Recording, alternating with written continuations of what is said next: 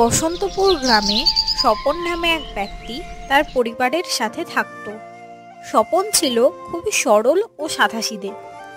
সে বাজারে সবজি বিক্রি করে কোনো মতে তার সংসার চালাতো।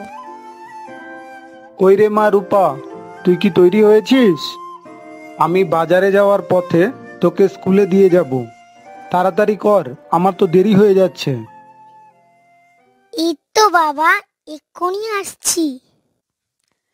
এই বলে স্বপন তার মেয়েকে স্কুলে পৌঁছে দিয়ে বাজারের দিকে যেতে লাগলো। অন্যদিকে এই হলো বিকাশ। সে স্বপনের খুবই কাছের বন্ধু। বিকাশ একজন ধনী ব্যবসায়ী হলেও সে স্বভাবের দিকে খুবই কিপটে ছিল। কি গো, আজ না আমার খুব রসগোল্লা খেতে ইচ্ছে করছে। যাও না, বাজার থেকে কিছু রসগোল্লা নিয়ে এসো। কি বলছো তুমি? রসগোল্লা খাবে? রসগোল্লার কি দাম তুমি জানো?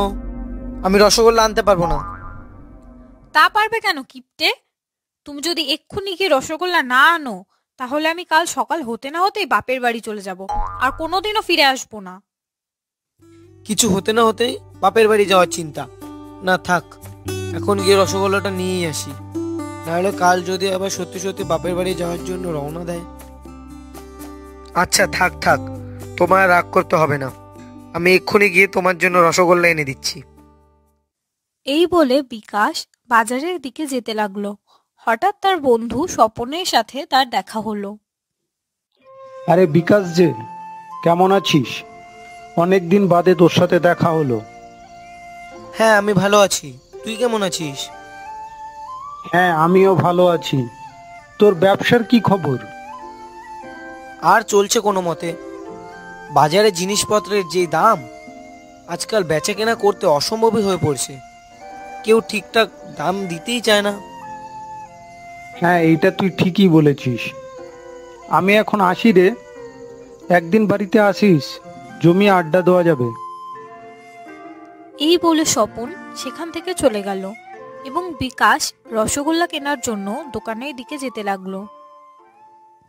এই যে ভাই, তোমার দোকানে রসগোল্লা কত করে? মাত্র 10 টাকা পিস। এই ছোট ছোট রসগোল্লাই 10 টাকা পিস? দাদা, আমার দোকানের মতো ভালো রসগোল্লা আপনি আর কোথাও পাবেন না। তা দাও, একটা খেয়েই দেখি। এই নিন। ছি, এই তোমার রসগোল্লা? কি বাজে খেতে! তাই আবার বলছো 10 টাকা পিস? তোমার এই রসগোল্লা কেউ 5 টাকা পিসও নেবে না। এই যে বিকাশ দা, আমি তোমাকে ছোটবেলা থেকে চিনি। তুমি তো রসগোল্লা নেবে না, উল্টে আমার খরিদ্দেগুলো নষ্ট করছো। তুমি এখান থেকে যাও তো, আমি তোমার কাছে কোনো রসগোল্লা বিক্রি করব না। না, এখানে তো আর বেশিক্ষণ থাকা যাবে না, আমি বরং এখান থেকে কেটে পড়ি। এই বলে বিকাশ রসগোল্লা না কিনেই বাড়ি ফিরে গেল। কি গো, তুমি না আমার জন্য রসগোল্লা কিনতে গিয়েছিলে? হঠাৎ এখানে মন খারাপ করে দাঁড়িয়ে আছো কেন? মন খারাপ করব না? তুমি আমার কাছ থেকে আবদার করে রসগোল্লা খেতে চেয়েছিলে, আর আমি সেটাও আনতে পারলাম না। কেন, তুমি রসগোল্লা আনতে পারোনি কেন? কি আর করব, আজ যে রতন দোকান খোলেনি, এইদিকে আবার তুমি বললে রসগোল্লা না আনলে বাপের বাড়ি চলে যাবে, তাই আর কি করব বলো। আচ্ছা, এখন তোমায় আর মন খারাপ করতে হবে না। আমি বরং কাল বাপের বাড়ি যাব না। গিন্নি, আমি তো তোমায় একটা কথা বলতে ভুলেই গেছি। কেন, কি হয়েছে? কাল বাজারে যাওয়ার পথে আমার বন্ধু স্বপনের সাথে আমার দেখা হয়েছিল। সে তার বাড়িতে বেড়াতে যাওয়ার জন্য বলছিল, তাই ভাবছি চলো কিছুদিনের জন্য ঘুরেই আসি। তাহলে তোমার রসগোল্লা খাওয়ার ইচ্ছেটাও পূরণ হবে, আর তার সাথে আমাদের বেশ কিছুদিন ভালো মন্দ খাওয়াও হবে। হ্যাঁ, কথাটা তো তুমি বেশ ভালোই বলেছ। হ্যাঁ, তুমি তাড়াতাড়ি তৈরি হয়ে নাও, এখনই বেরিয়ে পড়ি, অনেকটা পথ যেতে হবে। এই বলে তারা স্বপনের বাড়ি যাওয়ার জন্য রওনা দিল। বেশ কিছুক্ষণ পর তারা স্বপনের বাড়িতে পৌঁছে গেল। কিরে স্বপন, বাড়িতে আছিস? আরে বিকাশ যে, আয় আয়। হ্যাঁ গো গিন্নি, দেখো কে এসেছে। আরে দিদি, আপনি? অনেকদিন বাদে দেখা হলো। কেমন আছেন? হ্যাঁ, আমি ভালো আছি। তুমি কেমন আছো? আমিও ভালো আছি। আচ্ছা দিদি, আপনি অনেক দূর থেকে এসেছেন, হাত মুখ ধুয়ে বিশ্রাম করতে থাকুন। আমি বরং ততক্ষণে রান্নাবান্না সেরে নিই। এই কথা বলে স্বপনের স্ত্রী রান্না করতে চলে গেল। বেশ কিছুক্ষণ পর রান্নাবান্না সেরে তাদের জন্য খাবার নিয়ে আসলো। দেখতে দেখতে বিকাশ ও তার স্ত্রী সব খাবার খেয়ে শেষ করে ফেললো।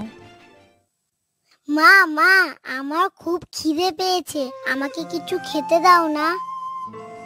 হ্যাঁ গো, ওরা তো সমস্ত খাবার খেয়ে শেষ করে ফেলেছে। এখন মেয়েটাকে যে কিছু খেতে দেব তারও তো কোনো উপায় নেই। ওরা অনেক দূর থেকে পরিশ্রম করে এসেছে, ওদের অনেক খিদে পেয়েছিল হয়তো, তাই ওরা সব খাবার খেয়ে নিয়েছে।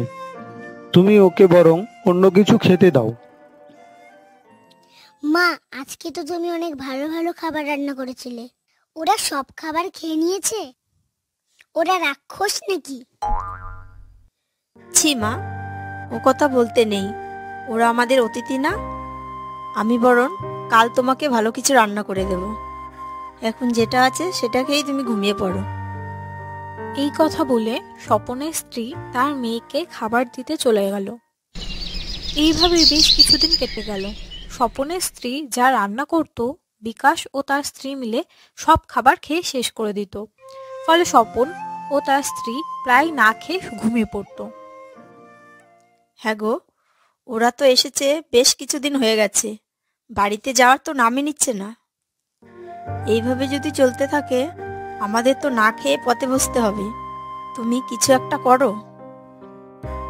হ্যাঁ, এই কথাটা আমি অনেক দিন ধরেই ভাবছিলাম, কিন্তু আমি ওদের তো তাড়িয়ে দিতে পারি না, না কি করব বলো? আচ্ছা, আমি এখন বাজারে যাচ্ছি, পরে ফিরে এসে কথা হবে। এই বলে স্বপন বাজারের দিকে যেতে লাগলো। সারাদিন পরিশ্রম করে সে সব সবজি বিক্রি করে বাড়িতে ফিরল। গিন্নি, এই নাও, এই টাকাগুলো সাবধানে রেখে দিও। কাল সকালে এই টাকাগুলো দিয়ে আমি সবজি কিনে বাজারে বিক্রি করতে বেরোবো। আচ্ছা, তুমি হাত মুখ ধুয়ে এসো, আমি টাকাগুলো রেখে দিচ্ছি। এই বলে স্বপনের স্ত্রী টাকাটা সেখানে রেখে চলে গেল এবং বেশ কিছুক্ষণ পর বিকাশের স্ত্রী সেখানে এলো। আরে বাহ, এত টাকা! এত টাকা এখানে কে রাখলো? আশেপাশে তো কেউই নেই, নিশ্চয়ই এই টাকাগুলো ওদেরই হবে। আমি বরং এই টাকাগুলো নিয়ে আমার ঘরে রেখে দিই। বেশ কিছুদিন পরে এই টাকাগুলো দিয়ে একটা গয়না বানিয়ে নেব। এই কথা বলে বিকাশের স্ত্রী সেই টাকাগুলো নিয়ে সেখান থেকে চলে গেল। পরের দিন সকালে। হ্যাঁ গো গিন্নি, কালকে যে টাকাগুলো দিয়েছিলাম সে টাকাগুলো নিয়ে এসো, আমাকে তো সবজি কিনতে বেরোতে যেতে হবে। তুমি একটু দাঁড়াও, আমি এক্ষুনি নিয়ে আসছি। এই বলে স্বপনের স্ত্রী টাকাগুলো আনতে চলে গেল এবং টাকাগুলো না পেয়ে খুবই হতাশ হয়ে তাড়াতাড়ি ফিরে এলো। হ্যাঁ, আমি সব জায়গায় খুঁজে দেখেছি, টাকাগুলো কোথাও নেই। কি বলছো? তুমি ঘরের সব জায়গা খুঁজে দেখেছো? চলো তো আরেকবার খুঁজে দেখি। আরে, তোমার কাছে এত টাকা কোথা থেকে আসলো? আমি তো তোমাকে টাকা দিইনি। আরে আসতে বলো, সবাই শুনে ফেলবে তো। কেন এইভাবে বলছো কেন? তুমি কি টাকাগুলো চুরি করে এনেছো নাকি? আমি স্বপনের ঘরে গিয়েছিলাম, সেখানে গিয়ে দেখি এই টাকাগুলো টেবিলের উপর রাখা আছে। আমি টাকাগুলো দেখে আর লোভ সামলাতে পারলাম না, তাই টাকাগুলো নিয়েই চলে আসলাম। কাজটা তো তুমি মন্দ করনি। এই টাকাগুলো দিয়ে আমাদের বেশ কয়েকদিন কেটে যাবে। তুমি বরং টাকাগুলো সামলে রাখো, যাতে কেউ টের না পায়। এইভাবেই তারা দুজন কথা বলতে লাগলো।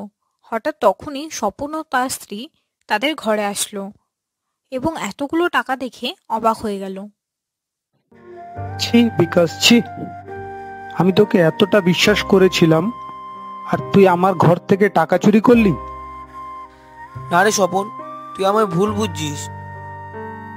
তুই আর কত মিথ্যে বলবি? তোদের সব কথা আমি শুনে নিয়েছি। তোকে বন্ধু ভেবে আমি আমার বাড়িতে থাকতে দিয়েছি, আর তুই কি না শেষমেশ বিশ্বাসঘাতকতা করলি?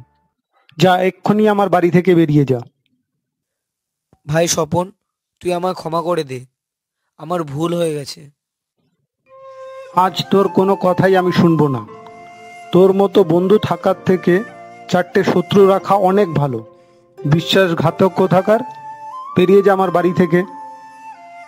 এই বলে স্বপন তার বন্ধু বিকাশকে তার বাড়ি থেকে বের করে দিল এবং তারা তাদের অন্যায়ের উপযুক্ত শাস্তি পেল।